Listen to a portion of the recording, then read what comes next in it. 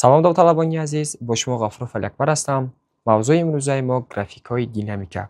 در درس گذشته ما نظریه دینامیکا را بود کرده بودیم و امروز سر میکنیم چی را؟ گرافیک های دینامیکا را. گرافیک های دینامیکا یکم از گرافیک سر میکنیم از گرافیک مسا، زیچی و حجم. یعنی که مسا، زیچی و حجم. نگاه کنید. مسا ام، زیچی رو، حجم و. باید در هر یک گرافیکی از ما همین بزرگی ها را میپرسد ما فهمیده تانیم که چی رو در نظر دارد. یعنی هنگامی مسا ما چی رو نگاه کنیم، هنگامی زیچی چی رو نگاه کنیم، کدام خصوصیت های آن را نگاه کنیم. یکم سر میکنیم از مسا. مسا آن را چه خیلی میابیم؟ نگاه کنید. یکم از مسا. من میگویم که پله های ترازو همان وقت برابر میشوند همان وقت در یک خط میستند که مساها با یکدیگر برابر باشند. یعنی که دو پله ترازو با یکدیگر همان وقت یک خیل میستد که مسای آنها چی باشد؟ برابر باشد. ما نگاه میکنیم هر دو پله ترازو هرچند که این کلانتر و این خردتر است اما هر دو پله ترازو در یک خطند و با خلاصه میبینیم که مسای اینها چی اند؟ برابرند. مسای یکم برابر است با مسای چی؟ با مسای دوم. دوم چی رو میپرسد؟ زیچی. زیچی برابر است با ام تقسیمی و. زیچی کی زیاد می شود؟ وقتی که حجم چی باشد؟ کم باشد. یعنی که مولکوله های ماده زیچ باشند، حجم آن کم باشد، زیچیش چی می شود؟ زیاد می شود. کدام از اینها زیچیش زیاد است؟ یعنی که حجمش خرد است. کدام؟ دوم. یعنی که زیچی جسمی یکم، زیچی جسمی دوم، زیچی جسمی دوم از جسم یکم چی است؟ زیادتر است. به خاطری که حجم آن چی است؟ کمتر است. اگر زیچی زیاد شود حجم چی می شود؟ کم می شود. سوم خصوصیت حجم. حجم از روی چی میبینن؟ حجم از روی چقدر اندازه داشتنی اون، یعنی که چقدر حجم داشتنی اون. یکم نگاه میکنیم حجم این نسبت به حجم جسم دوم چی کلانتر است و می نویسیم که حجم یکم از حجم دوم چی است؟ زیادتر است. برای یافتن مسا ترازو رو نگاه کردیم. برای یافتن زیچی از فرمول استفاده بردیم با حجم متناسب چپ بودنش را و برای یافتن حجم به طور نظریه نگاه کردیم که این حجمش چی است؟ کلانتر است، این حجمش چی است؟ خردتر است. این بود یکم گرافیک. دوم گرافیک هست باز گرافیک های مسا زیچی. دیگر نمودش چی است؟ MV در گرافیک به طور گرافیکی داده شده است. از ما میخواهد که ما زیچی آن را معین کنیم. فرم زیچی چی بود؟ زیچی برابر است با M تقسیم چی؟ و. مثال اگر از ما زیچی زیاد پرسد، زیچی زیاد شود مسا زیاد می شود، حجم چی می شود؟ کم می شود. و شما یک فینت هست برای کار کردن این سوال ها. نگاه کنید. وقتی که ما چیزی زیاد رو یافتنی میشویم برای ما خطی نزدیک لازم است. خطی چی؟ نزدیک. وقتی که چیزی کم رو یافتنی میشویم برای ما خطی دور لازم است. نگاه کنید. زیچی برابر است با ام تقسیم و. زیچی زیاد شود مسا زیاد میشود. مسا زیاد خطی که با مسا چی باشد؟ نزدیک باشد. از هر سه این خطا کدام خط با مسا نزدیک است؟ خط چندم؟ سوم. و حجم کم خطی که از حجم چی باشد؟ دور باشد. کدام خط از حجم دور است؟ با سوم. جواب چند می شود؟ 3. گرافیک نوبتی. در اینجا ما چی داده شده است؟ زیچی و مسا از ما چی میپرسد؟ بزرگی نبوده اش رو. یعنی چی رو میپرسد؟ حجم رو. حجم برابر است با ام تقسیمی رو. اگر از ما حجمی کم پرسد باید ما مسای کم و زیچی چی را گیریم؟ زیاد رو. برای که حجم قطعی مسا متناسبی راسته بوده، پوزیچی متناسبی چی است؟ چپه. اگر حجم کم شود مسا هم کم می شود. خطی که با مسا چی است؟ خطی که با مسا دور است. از همه خطی با مسا دور بوده چند است؟ 2. زیچی زیاد. خطی که با زیچی چی است؟ نزدیک است. از همه خطی که با زیچی نزدیک است چند؟ 2. جواب چند می شود؟ جسمی دوم. و گرافیک سوم. گرافیک سوم هم از همین گرافیک های یگان فرقیت ندارد. تنها فرقیتش در همین است که این چی کلیدکچه ها دارد اما این گرافیک ها کلیدکچه ها ندارد. این سوال هم مثل همین سوال ها از شما یا زیچی زیاد یا زیچی کم میپرسد. در اینجا ما زیچی زیاد رو کار کردیم، بیا زیچی کم رو کار میکنیم. نگاه کنید. زیچی برابر است با ام تقسیمی و. زیچی کی کم میشود؟ وقتی که مسا کم شده حجم چی میشود؟ زیاد میشود. مسا کم شده حجم زیاد میشود. مسای کم خطی که با مسا چی است؟ دور است. از همه خطی که با مسا دور است خط چندم است؟ سوم. و حجم زیاد خطی که با حجم چی است؟ نزدیک است. از همه خطی که با حجم نزدیک است چند؟ سوم. جواب چند میشود؟ 3. یعنی که اگر در فرمول شما متناسبی راسته باشد، یعنی که زیاد شده باشد، ما خطی نزدیک، اگر دور شده باشد خطی چی رو میگیریم؟ خطی دور بوده رو. اگر کم شود خطی دور بوده رو میگیریم. در دوام ما چی داریم؟ باز دیگر نمودی گرافیک های مسه و زیچی. مثال از همین سوال اگر از ما پرسد که زیچی جسم رو معین کنید، چی رو معین کنید؟ زیچی جسم. برای زیچی رو معین کردن در ما داده است چی؟ مسه و حجم. زیچی برابر است با مسه تقسیم حجم. سوال به میان میآید استاد ما از کدام رقمی این گرفته کار کنیم؟ در گرافیک های 45 گرادوسه، یعنی که گرافیک های از مابین کلیدکا گذشته است، فرق نداره شما از کجا میگیرید. یعنی شما میتوانید با 400 میتوانید با 800 میتوانید با 1200 چی کار کنید. مثال من کار میکنم با 400. مسه من چند؟ مسه 400. حجم من در راست 400 چند است؟ 0.5. ما در درس پیشینه گفته بودیم وقتی که یه 0 رو خط میزنیم در بالای 0 میتیم 400 تقسیم 5 چند میشود؟ 800. از روی واحد زیچی کیلوگرم تقسیم چی؟ متری کوب. یعنی که این چی است؟ زیچی جسمی ما. میتونیم در 1200 کار کنیم، میتونیم در 800 کار کنیم. فرقیتش نبود. در تمام جا مقصد همین خیلی گرافیکا دادین، در همه جاش یک خیل جواب میبراید. گرافیک نوبتی از ما چی میپرسد؟ میگوید که یک منظورکا داشته، منظورکایی که در حجم خوانده بودیم اتالونی حجم منظورکای ما پیش از آن که ما جسم رو اندازیم به آن 300 میلی لیتر رو نشان میدهد و بعدی به آن انداختن جسم چقدر میشود؟ 450. یعنی که حجم زیاد شد، اول 300 بود بعدا 450. میگوید همین حجم جسم چقدر است؟ حجم جسم چقدر است؟ برای یافتن حجم جسم ما چیکار میکنیم؟ اول دیدیم 300 بود بعدا 450 شد. از 450 300 رو تر میکنم میبراید 150 میلی لیتر زیاد شد. از حسابی چی زیاد شد؟ از حسابی کوبچه. یعنی که حجم کوبچه رو شما چی میتوانید نویسید؟ 150 میلی لیتر. یعنی که حجم اخیرت طرح حجم اوله حجم جسمی نوبتی چیکار میکند؟ میبراید حجم جسمی که ما به درون آن چی انداختیم. دوامی سوال ها داریم ما سمت تأثیری قوه. سمت تأثیری چی؟ قوه. یعنی که قوه چند طرز با ما تأثیر کردن میتواند همسمت باشد، میتواند مقابل سمت باشد و میتواند پرپندیکولر باشد. یکم همسمت. نگاه کنید. همسمت وقتی که دو قوه به یک سمت میرود. سمتشون چی؟ یک طرف است. مقابل سمت وقتی که دو قوه به سمت های مقابل میکشند. به سمت های چی؟ مقابل. و پرپندیکولر باشد کنجی 90. کنجی چی؟ 90. اگر شما کنجی 90 یا کنجی پرپندیکولر رو دیدید با این طرز نشان داده شده است. نگاه کنید.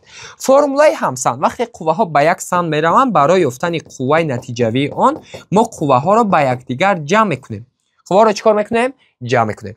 در مقابل سمتش برعکس قوه نتیجوی برابر قوه یکم طرح قوه چندم دویم. یعنی که چیکار میکردیم؟ طرح میکردیم. در پرپندیکولر مثل گرافیکی که در کینماتیک خونده بودیم، گرافیک پیفاگور گفته بودیم، فرم پیفاگور رو استفاده میبریم. اف نتیجوی برابر اف 1 در درجه 2 جمع اف 2 در درجه 2 تحت چی؟ رشه. مقصد سه فرم برای یافتن چی؟ قوه نتیجوی. همسمت، مقابل سمت و پرپندیکولر. آغاز میکنیم از کدامش؟ از همسمتش. از چی؟ از همسمت. میگوید که اگر قوه یکم برابر باشد به 250 نیوتن، قوه دوم برابر باشد به 650 نیوتن و اگر آنها به یک طرف کشند، یعنی که سمت آنها همسمت است، یکمش 250 دومش 650، قوه نتیجوی آن را معین کنید.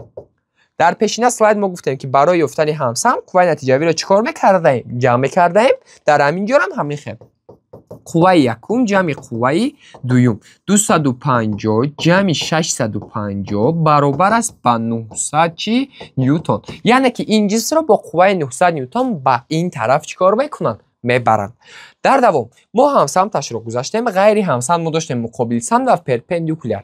بعدی همسمت ما میگذاریم مقابل سمت. چی؟ مقابل سمت. نگاه کنید.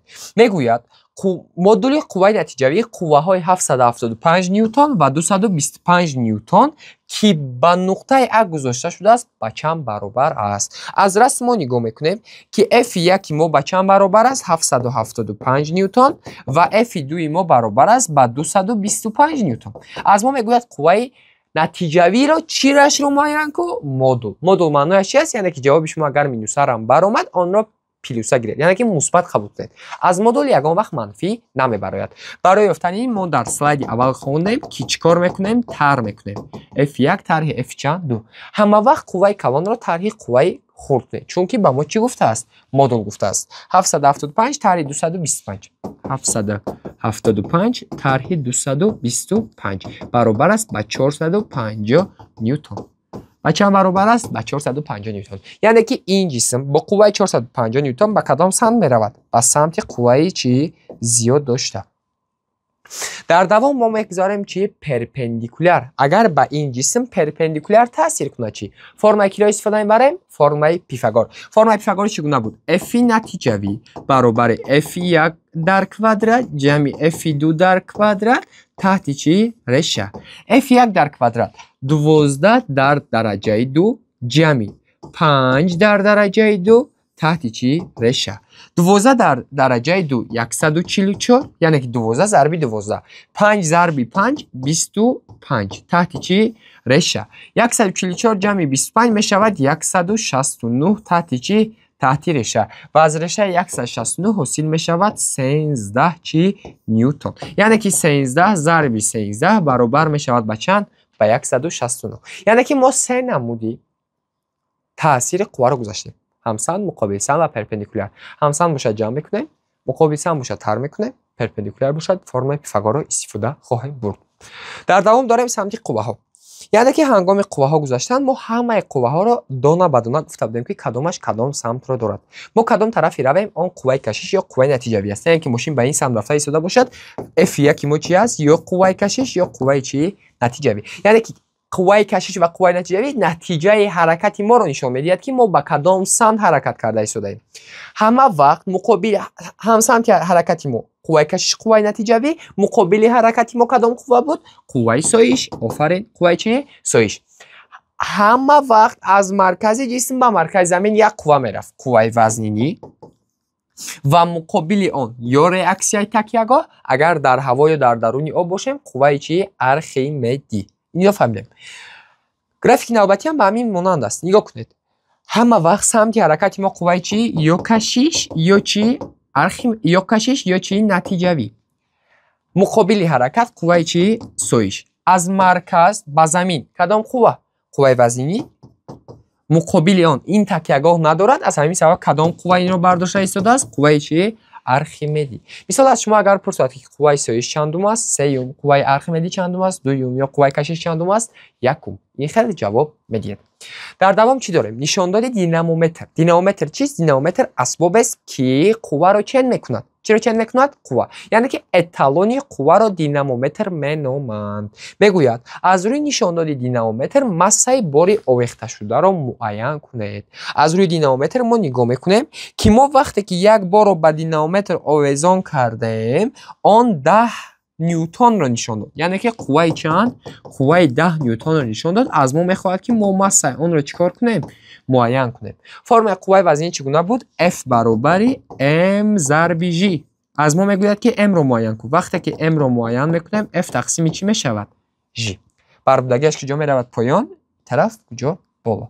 F ما برابر است با 10، G ما برابر است با 10. 10 تقسیم 10 برابر میشود با 1 کیلوگرم. چند برابر شد؟ به 1 کیلوگرم.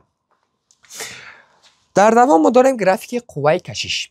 یعنی که در رسم گرافیک وابستگی شتابی تمغه ماشین های رنج راور، مرسدس و تویوتا به مسا آورده شده است. یعنی که گرافیک وابستگی شتاب به چی؟ به مسا. شتاب به چی؟ به مسا. رسم را معاینه کردم. معین کنید که قوه کشش کدام ماشین از همه بیشتر است. چی از همه بیشتر است؟ قوه کشش. فرم قوه کشش چی بود؟ F کشش برابر M ضرب A. از سببی که مسای هر سه جسم در یک خط است، یعنی که مسای آنها چی است؟ برابر. مسای آنها را به نظر نمیگیریم و میگوید که قوه کشش زیادتر همانش دارد که شتابی چی دارد؟ زیاد دارد. ما گفته بودیم در یکم سلاید که شتابی زیاد وقتی که از ما چیزی زیاد میپرسد ما چیزی خطی نزدیک رو میگیریم. حاضر از همه خطی که به شتاب نزدیک است کدام خط است؟ خط چندم؟ خط یکم. جواب چند میشود؟ جواب جسم یکم. جسم یکم قوه کششش چی است؟ زیادتر است چون که شتابش چی است؟ زیادتر. در دوام باز داریم دیگر نمودی سوالی قوه کشش. با ساقه ها با قوه های یخیله تاثیر میکنند. یعنی قوه هایشون چی است؟ یخیله. کدام ساقه تحت تاثیر قوه با اون گذاشته شده شتابی از همه زیادتر میگیرد. نگاه کنید. اولی سوال قوه، آخری سوال شتاب، گرافیک خودش ماسه داده ایستاده است. کدام فرموله؟ F برابر M. F برابر چی؟ M ضربی A. اکنون از ما میخواهد که ما شتاب را یابیم. شتاب برابر F تقسیم A. شتابی از همه زیاد. شتابی از همه زیاد همونش صاحب می شود که مساش از همه چی باشد؟ مساش از همه خرد باشد. مساش از همه خرد در بین 2 کیلوگرم، 4، 6، 8 کیلوگرم. کدامش است؟ 2 کیلوگرم. جسمی چندم؟ جسمی یکم. یعنی که چقدر شتاب زیاد شود باید همون قدر مسا چی شود؟ کم شود. چرا قوه را به نظر نگرفتیم؟ چون که قوه های چی؟ یک خیله. قوه چی؟ به نظر گرفته نمی شود. چون که هر چاری ساقه صاحب چی؟ قوه های یک خیله می باشند. در دوام باز گرافیک دیگری قوه کشش نگاه کنید. جسمی مساش 4 کیلوگرم. مسا برابر است با 4 کیلوگرم. تحت تاثیر قوه های بیرونان موافق گرافیکی در رسم آورده شده حرکت میکند. قیمت قوه به جسم تاثیر کننده را معین کنید. یعنی قیمت قوه را معین کنید در چند ثانیه؟ در 1 ثانیه. پس چرا دمو گرافیک داده شده است؟ گرافیک دمو برای آن داده شده است که ما از روی 1 ثانیه رفته چی را معین کنیم؟ مسافه را. وقتی که مسافه را معین میکنیم چند میشود؟ 2 متر. اس برابر چی؟ 2 متر. بعدا فرم قوه که M داشته باشد. F برابر M ضربی A. M ضربی چی؟ A. مشکلی در آن است که در فرمولای ما شتاب چیزی زیادی و به جای آن با ما در کار است S و T. باید ما یک فرمولای یابیم که هر سه اونها در یک جایگی باشند. کدام بزرگی ها؟ شتاب، مسافه و وقت. نگاه کنید. فرمولای ثابت شتاب S برابر AT کوادرات تقسیم چند؟ 2. من شتاب رو نصف کردنیم. یعنی که به جای شتاب باید من اول شتاب یابم. شتاب برابر بربودگیش کجا می رود؟ پایان. 2s کجا می رود؟ بالا. 2s تقسیم چی؟ ت کوادرات. یعنی شما به جای بزرگی شتاب مونده میتوانید 2 ضرب s تقسیم چی؟ ت در کوادرات. من سر رو می نویسم. به جای شتاب چی میمونم؟ 2 ضرب s تقسیم چی؟ ت در کوادرات.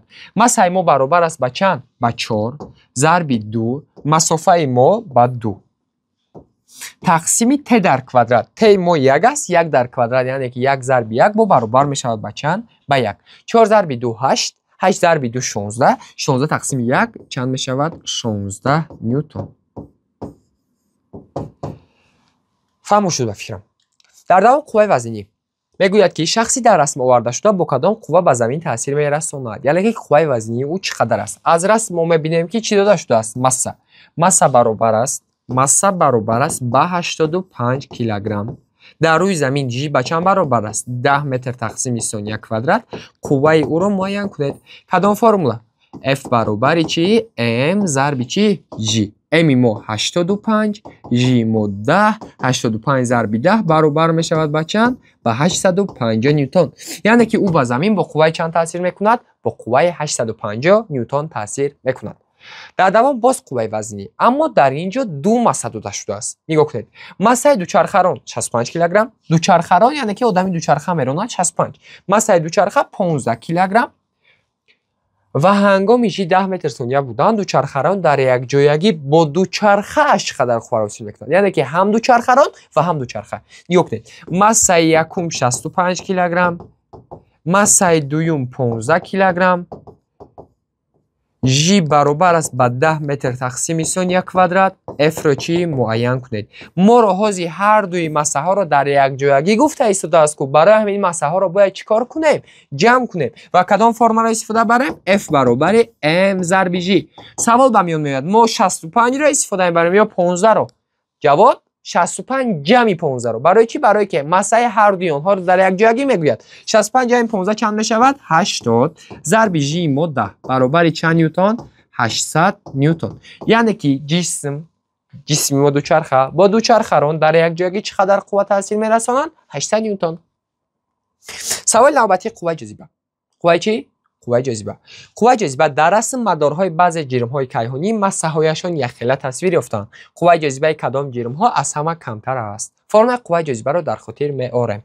قوه جاذبه برابر است G m1 ضرب m2 تقسیم رادیوس در کوادرات. قوه جاذبه کی از همه کم می شود؟ وقتی که مسافه بین آنها چی باشد؟ از همه زیاد باشد. مسافهشون چی باشد؟ زیاد باشد. چرا مسه ها رو به نظر نمیگیریم؟ چون که گفته ایستاده است مسه های چی؟ مسه های یک خیله. مسه ها رو به نظر نمیگیریم چون که مسه ها چی هستند؟ یک خیله. برای ما لازم است که ما مسافه از همه دور رو معین کنیم. نسبت به جسم یکم. نگاه کنید. جسم یکم با کدام جرم دیگر از همه دور است؟ با جرم چندم؟ با جرم چهارم. یعنی که جاذبه کم است بین چندم و چندم؟ بین یکم و چهارم. چرا بین یکم و چهارم؟ چون که قوه جاذبه کم مسافه زیاد را طلب میکند. مسافه زیاد کدام و کدام دارد؟ 1 و 4. مسافه بین جرم های مسه‌شان گوناگون تصویر یافته است و 20 سانتی متری است. مسه هر یک گوناگون تصویر یافته بینشان چندی است؟ 20 سانتی متر، 20 سانتی متر، 20 سانتی متر را تشکیل می‌دهد. کدام از اینها قوه جاذبه زیادترین جذب میکنند؟ قوه جاذبه برابر است بر G m1 ضرب m2 تقسیم رادیوس در کوادرات. قوه جاذبه کی کم می شود؟ وقتی که مسافه کم باشد. اما یک مشکلی است. مسافه بین همه آنها چند سانتی متری است؟ 20 سانتی متری. مسافه رو به نظر نمیگیریم چون که مسافه همشون چی است؟ یک خیله است. و قوه جاذبه زیادترین همانش دارد که مسه‌اش چی باشد؟ زیاد باشد. اصلا مسه زیاد کدام و کدام دارد؟ جسم 6 کیلوگرمه و جسم چند کیلوگرمه؟ 8 کیلوگرمه. یعنی جسم سیوم و چندم؟ چهارم. این سوال فهمو شد. اما سوال نوبتی اگر از ما قوه جاذبه کم رو پرسد چی؟ نگاه کنید.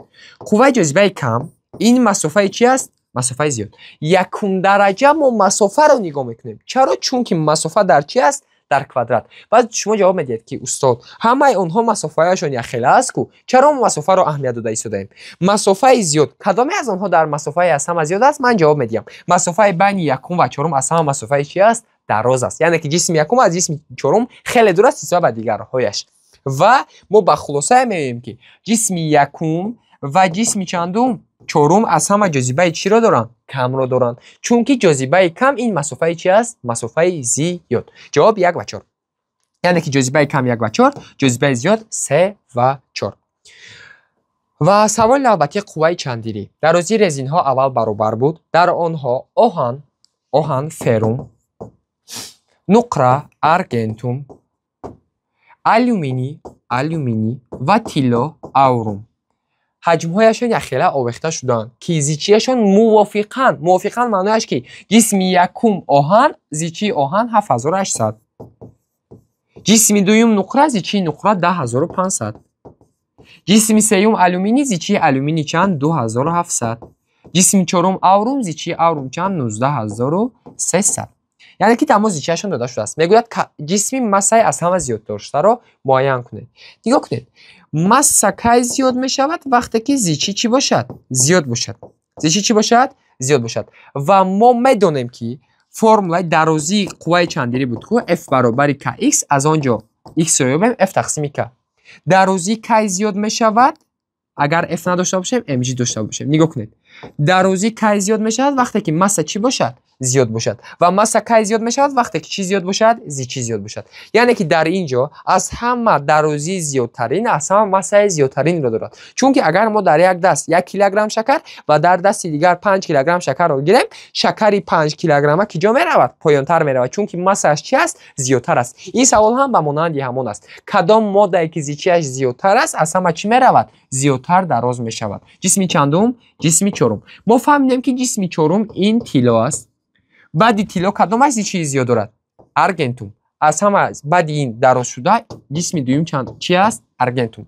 بعد ارگنتوم فروم چند است؟ 7800. کدامش؟ 3 و 1 چند است؟ این فروم است. فروم. و بعد این چی میموند؟ آلومینی. ما هر چهار جسم رو یافتیم و مسه از همه زیاد داشته کدامش به حساب می رود؟ تیلا آوروم. چهارمش. قوه چندیری. کدام از پروژین ها سختی از همه کمتر دارد؟ فرم قوه چندیری F برابر K ضرب X. سختی را اگر معین کنیم F تقسیم X. سختی کی زیاد می شود؟ وقتی درازی چی باشد؟ کم باشد. اما یک مشکلی است. درازی هر سه اونها در چی است؟ در یک خط. یعنی درازی برابر است. درازی رو باید به نظر نگیریم. سختی از همه کم. سختی باید کم شود. سختی از همه کم قوه چی را طلب میکند؟ قوه از همه کم رو. و قوه وقتی کم میشد خطی نزدیک یا خطی دور؟ خطی دور. خطی از همه دور به قوه کدام است؟ خطی چندم؟ خطی سیوم. سوال آماتیم. باز قوه چندری. سختی کدام از این رزین ها از همه کمتر است؟ سختی برابری F تقسیم X. سختی کی کم می شود؟ وقتی درازی چی باشد؟ زیاد باشد. از همه جسمی دراز شده کدام است؟ دو. جسمی چندم؟ جسمی دویم از همه چی درازی زیاد رو دارد. قوه ارخیمدی. کدام متال در سیماب نمیغوطد؟ کدام متال در سیماب چی نمیغوطد؟ یعنی که غوطیدن و نغوطیدن این موضوع چی است؟ قوه ارخیمدی. یعنی که از حساب قوه ارخیمدی میتواند غوطد و از حساب قوه ارخیمدی میتواند چی نغوطد. غوطد معنیش که تگ آب رود. نگاه کنید. کدام متال در سیماب نمیغوطد؟ یعنی که ما داریم یک ظرف. ظرفی ما دارد چی؟ ظرفی ما دارد سیماب که چی سیماب برابر است با 13600. میگوید یک چیزی رو اندازید، یک متال رو اندازید که به زیر آب نرود. یعنی که قوه ارخیمدی توانایی داشته باشد که آن را برداشت کند. برای توانایی داشتن با ما چی لازم است؟ با ما یک متال لازم است که چی است؟ از چی گیدرادیوم چی باشد؟ کمتر باشد. یعنی از چی سیماب کم باشد و سیماب قوتش رسد تا او رو بردارد. باید ما متال رو گیریم که چی است؟ از 13600 چی باشد؟ کمتر باشد. کدام متال از سیماب کمتر است؟ کدام؟ نقره که برابر است با چند؟ با 10500. یعنی که ما چیکار میکنیم؟ با این مویه چی رو میاندازیم؟ ارگنتوم رو، و ارگنتوم به زیر آب نمیرود. چون که چی ارگنتوم چی نقره 10500 است و سیماب 13600 و سیماب توانایی داشته میتواند تا نقره رو چی برداشت کند. سوال نوبتی دفرماسیا. دفرماسیا این یکی از موضوعهای دینامیک بود. گفتیم که دفرماسیا این خود شکل دیگرگونی است. دفرماسیا دو خیل میشه، چندیر و غیر چندیر. حاضر ما یک چند نمود دفرماسیا را به شما نشان میدیم. یکم نمود دفرماسیا دست پروژین را دراز کرده است. یعنی که با اون طرف برده است. دفرماسیا چی میشود؟ دراز شوی. دفرماسیا چی؟ دراز شوی. دوم بار آویزون است. باز جسم به کجا رفته است؟ به پایان. این هم چی میشود؟ دراز شوی. سیوم استرلکای جسم به این طرف است. یعنی که جسم پروژین را تله داده ایستاده است. چی می شود؟ فشرده شوی.